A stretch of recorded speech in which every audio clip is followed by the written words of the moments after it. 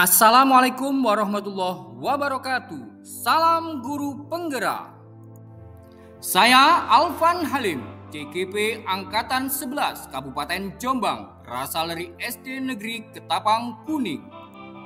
Salam taklim teruntuk Ibu Eni Yuliati selaku fasilitator dan Ibu Rizka Wahyu Hidayati selaku pengajar praktik. Perkenankan saya akan memaparkan koneksi antar materi modul 3.2 Pemimpin dalam pengelolaan sumber daya. Tujuan pembelajaran CGP mampu menghubungkan materi modul ini dengan modul-modul yang didapatkan sebelumnya. Perintah penugasan 1. Buatlah kesimpulan tentang apa yang dimaksud dengan pemimpin pembelajaran dalam pengelolaan sumber daya dan bagaimana Anda bisa mengimplementasikannya di dalam kelas, sekolah, dan masyarakat sekitar sekolah. 2. Jelaskan dan berikan contoh bagaimana hubungan pengelolaan sumber daya yang tepat akan membantu proses pembelajaran murid menjadi lebih berkualitas. 3. Berikan beberapa contoh bagaimana materi ini juga berhubungan dengan modul lainnya yang Anda dapatkan sebelumnya selama mengikuti pendidikan guru penggerak. 4. Ceritakan pula bagaimana hubungan antara sebelum dan sesudah Anda mengikuti modul ini, serta pemikiran apa yang sudah berubah di diri Anda setelah Anda mengikuti proses pembelajaran dalam modul ini. 5. Komunikasikan hasil kesimpulan Anda dengan cara apapun yang bisa Anda pilih sendiri. Unggahlah hasil pemikiran Anda melalui LMS Moda yang telah disepakati bersama. 1. Buatlah kesimpulan tentang apa yang dimaksud dengan pemimpin pembelajaran dalam pengelolaan sumber daya dan bagaimana Anda bisa mengimplementasikannya di dalam kelas, sekolah, dan masyarakat sekitar sekolah. Kesimpulan, pemimpin pembelajaran dalam pengelolaan sumber daya adalah individu yang mampu mengidentifikasi, mengelola, dan memanfaatkan aset-aset yang ada di lingkungan sekolah dan sekitarnya untuk mendukung proses pembelajaran yang berkualitas. Implementasi di kelas. 1. Memetakan aset. Mengidentifikasi semua aset yang ada di kelas seperti buku, alat peraga teknologi, dan keahlian murid. 2. Membuat daftar aset. Membuat daftar aset yang tersedia di kelas beserta kondisinya.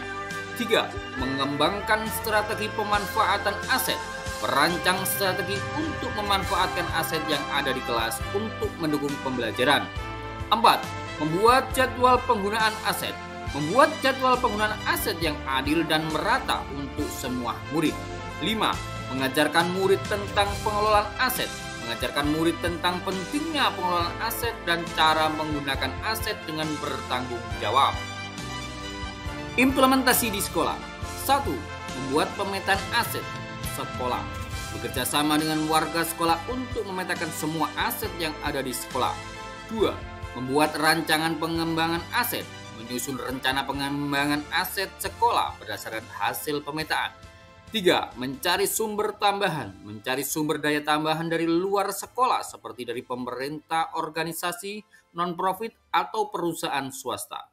4. Membuat program pemanfaatan aset. Membuat program pemanfaatan aset yang melibatkan semua warga sekolah.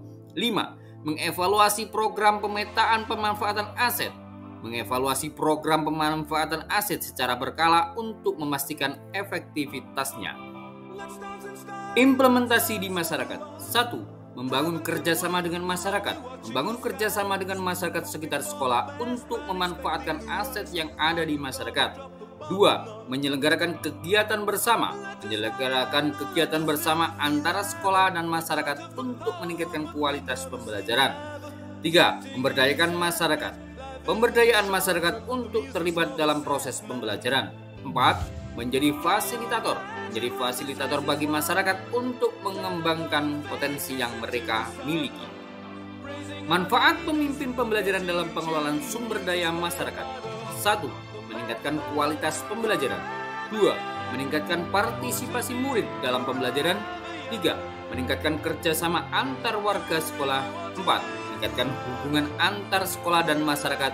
5. Meningkatkan mutu pendidikan. Kesimpulan, pemimpin pembelajaran dalam pengelolaan sumber daya adalah peran penting yang dapat dilakukan oleh guru untuk meningkatkan kualitas pembelajaran dengan memanfaatkan aset yang ada di kelas, sekolah, dan masyarakat. Guru dapat menciptakan lingkungan belajar yang kondusif dan menyenangkan bagi semua murid. 2. Jelaskan dan berikan contoh bagaimana hubungan pengelolaan sumber daya yang tepat akan membantu proses pembelajaran murid menjadi lebih berkualitas. Hubungan pengelolaan sumber daya dan kualitas pembelajaran.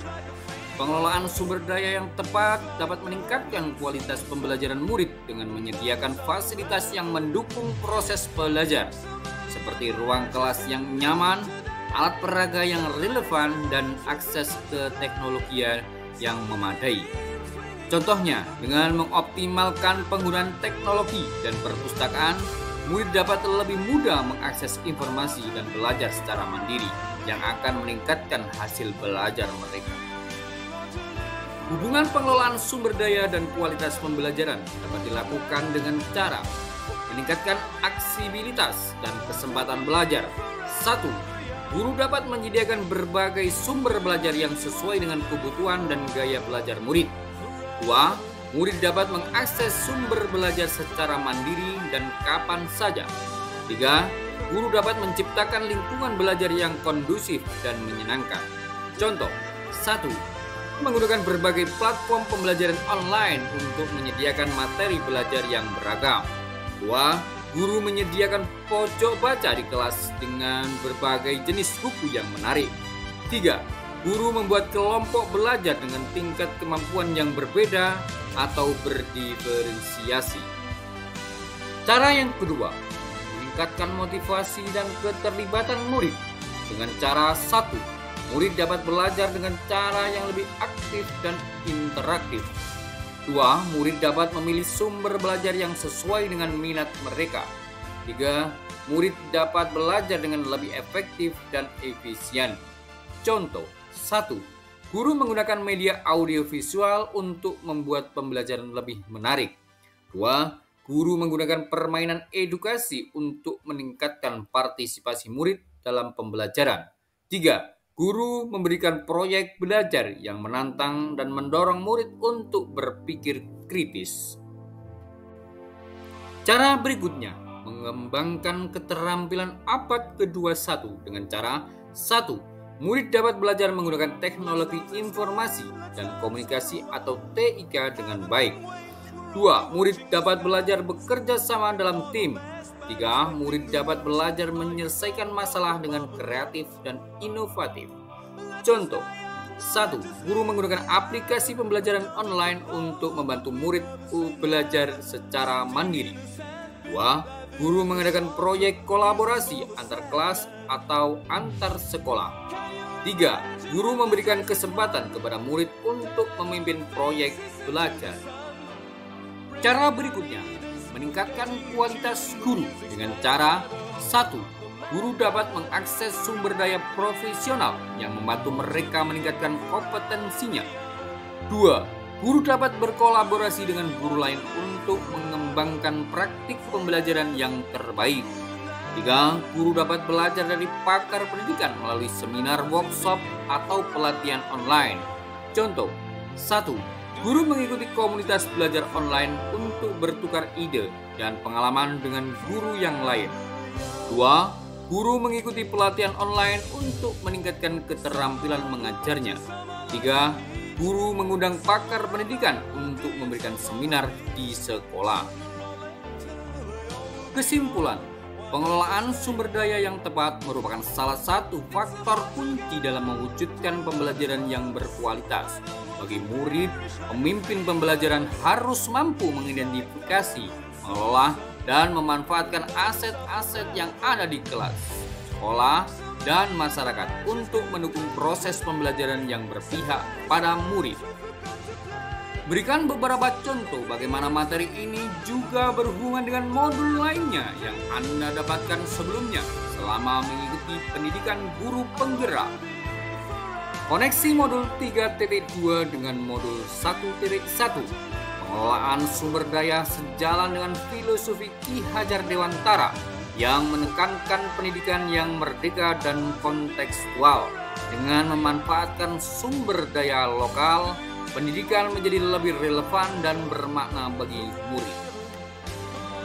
Koneksi modul 3.2 dengan modul 1.2. Pemimpin dalam pengelolaan sumber daya mencerminkan peran guru penggerak sebagai pemimpin perubahan yang proaktif dalam menciptakan lingkungan belajar yang kondusif. Koneksi modul 3.2 dengan modul 1.3. Visi guru penggerak mencakup penciptaan ekosistem pendidikan yang mendukung perkembangan murid secara holistik yang dapat dicapai melalui pengelolaan sumber daya yang baik.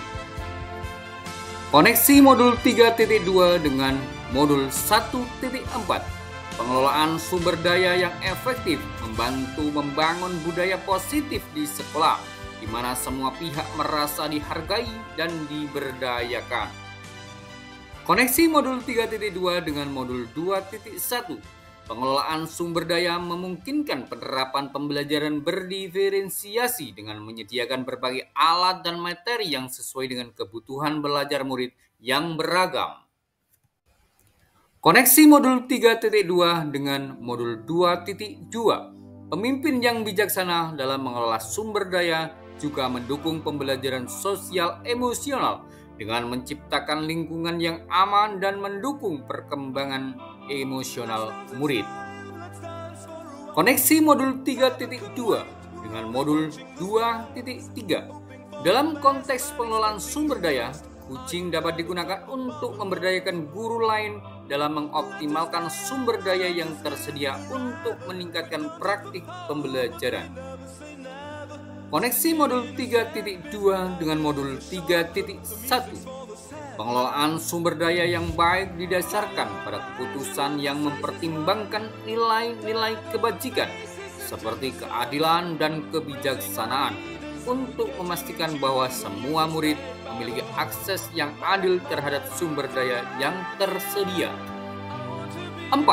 Ceritakan pula bagaimana hubungan antara sebelum dan sesudah Anda mengikuti modul ini, serta pemikiran apa yang sudah berubah di diri Anda setelah Anda mengikuti proses pembelajaran dalam modul ini. Pengalaman dan pemikiran baru sebelum mengikuti modul pemimpin dalam pengelolaan sumber daya. Sebelum mengikuti dan mempelajari modul 3.2, 1. Pemahaman saya tentang pengelolaan sumber daya masih terbatas pada aset yang ada di kelas seperti buku dan alat peraga. 2. Keterampilan. Saya belum memiliki keterampilan yang memadai untuk mengidentifikasi, mengelola, dan memanfaatkan sumber daya yang ada di sekolah dan masyarakat. 3. Pemikiran. Saya berpikir bahwa pengelolaan sumber daya adalah tugas guru, bukan tanggung jawab murid dan orang tua. Pengalaman dan pemikiran baru setelah mengikuti modul pemimpin dalam pengelolaan sumber daya. Setelah mengikuti modul 3.2 pemahaman saya tentang pengelolaan sumber daya menjadi lebih luas. Saya memahami bahwa sumber daya tidak hanya terbatas pada aset fisik, tetapi juga termasuk aset manusia, sosial, dan budaya. Keterampilan. Saya memiliki keterampilan yang lebih baik untuk mengidentifikasi, mengelola, dan memanfaatkan sumber daya yang ada di kelas, sekolah, dan masyarakat. Pemikiran. Saya berpikir bahwa pengelolaan sumber daya adalah tanggung jawab bersama guru, murid, orang tua, dan masyarakat. Pemikiran yang sudah berubah di diri saya setelah saya mengikuti proses pembelajaran dalam modul 3.2 ini. Pemikiran yang berubah. 1. Dari fokus pada kekurangan menjadi fokus pada potensi. Sebelumnya saya fokus pada kekurangan sumber daya yang ada di sekolah. Setelah mengikuti modul ini, saya belajar untuk melihat potensi yang ada di setiap aset dan bagaimana memanfaatkannya secara optimal. 2. Dari sentralisasi menjadi desentralisasi. Sebelumnya saya berpikir bahwa pengelolaan sumber daya harus dilakukan secara sentralisasi oleh guru. Setelah mengikuti modul, saya belajar bahwa pengelolaan sumber daya dapat dilakukan secara desentralisasi dengan melibatkan murid, orang tua, dan masyarakat. 3. Dari jangka pendek menjadi jangka panjang. Sebelumnya saya fokus pada penggunaan sumber daya yang memenuhi kebutuhan jangka pendek. Setelah mengikuti modul, saya belajar untuk menggunakan sumber daya secara berkelanjutan untuk memenuhi kebutuhan jangka panjang. Contoh penerapan. 1. Melibatkan murid dalam pemetaan aset. Saya melibatkan murid dalam pemetaan aset yang ada di kelas. Murid membantu mengidentifikasi aset yang tersedia, kondisinya, dan bagaimana aset tersebut dapat digunakan untuk pembelajaran. 2. Bekerja sama dengan orang tua untuk mengembangkan program pembelajaran. Saya bekerja sama dengan orang tua untuk mengembangkan program pembelajaran yang memanfaatkan sumber daya yang ada di masyarakat. Orang tua membantu menyediakan bahan belajar, tempat belajar, dan narasumber untuk pembelajaran. 3. Menjalin kerjasama dengan lembaga lain. Saya menjalin kerjasama dengan lembaga lain untuk mendapatkan sumber daya yang tidak tersedia di sekolah. Lembaga lain membantu menyediakan buku, alat peraga, dan pelatihan bagi guru. Kesimpulan, modul pemimpin dalam pengelolaan sumber daya telah mengubah pemikiran dan praktik saya dalam mengelola sumber daya. Saya menjadi lebih fokus pada potensi yang ada di setiap aset, melibatkan murid dan orang tua dalam pengelolaan sumber daya, dan menggunakan sumber daya secara berkelanjutan. Alhamdulillah, semoga video ini bermanfaat, tergerak, bergerak, dan menggerakkan. Assalamualaikum warahmatullahi wabarakatuh.